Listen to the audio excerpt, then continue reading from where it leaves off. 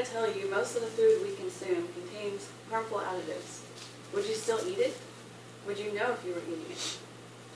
That's why I'm here today. Hello fellow classmates, my name is Leisel Grayson, and I'm here to help you understand why we should all eat healthier foods without so many additives. In this speech, I will cover genetically modified foods, the effects it can have on your lifestyle, and alternatives to this type of food.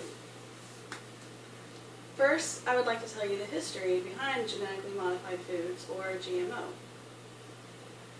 Genetically modified food is done through a process called antisense technology, in which the DNA sequence of one of its genes is reversed, according to Kremsky and Murphy.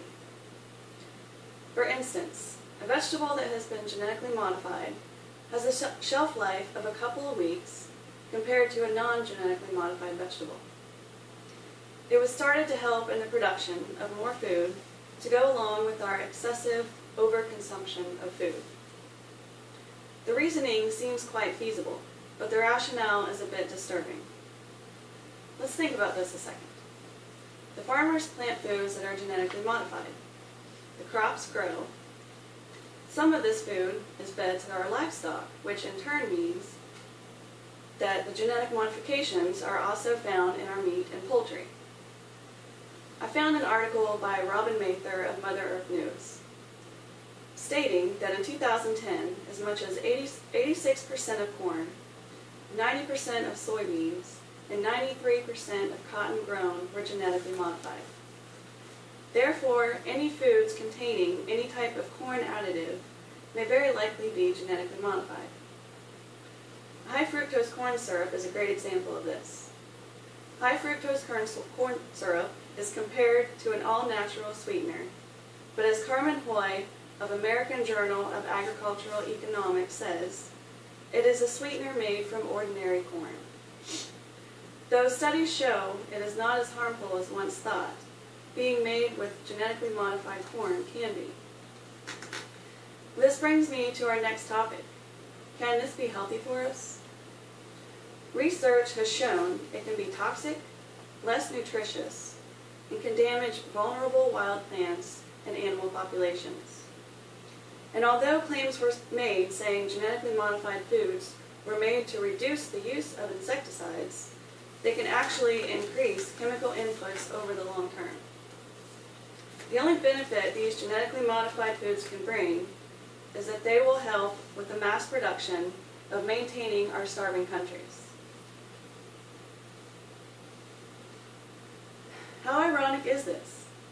We are making genetically modified foods because as a society, we consume so much and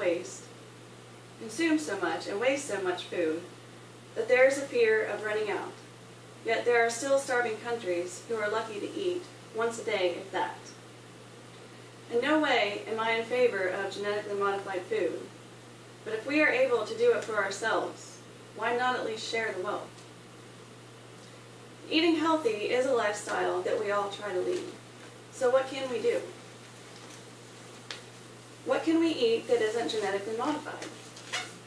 The answer is organic. Now, unfortunately, some of the organic foods have a tendency to be a little bit more expensive. But you have to ask yourself which is more important. Do you buy genetically modified foods that are made in a lab? Or do you buy organic because it's better for you and your family? An option to replace high fructose corn syrup is stevia. According to Relay Health, stevia is a plant that originally came from the rainforests of Paraguay and can actually be used medicinally.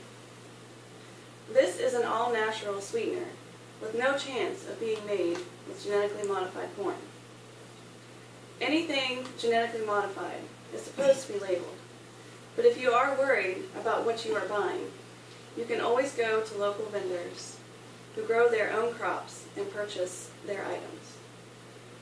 Local vendors usually grow natural crops since they are not getting their supply from distributors to sell in stores. Now that you know a little more about genetically modified foods, I urge you to say no to GMO and go organic. In the end, the choice is yours. but let me reiterate why you should say no. Genetically modified foods are lab-made, and when I think of a lab, I think of scientists and experiments. Also, genetically modified foods can have harmful effects on us, our family, and our ecosystem. Before we leave here, I challenge you to make healthier decisions in your life, not only for you, but for your family as well, and to pay more attention to what is being put on the dinner table. I know we are all on a budget, but if $1 difference means safer food that's better for my family, I will choose to do it. So next time you go to the grocery store and you see a label for genetically modified crops, what will you do? Will you think to yourself, there's no way I will buy that? Or will you say, oh, it won't affect me, plus the kids go through it like crazy, and it's on sale. So now I not only ask you if you would eat it if you knew what was in it, but knowing this information, would you feed it to your family?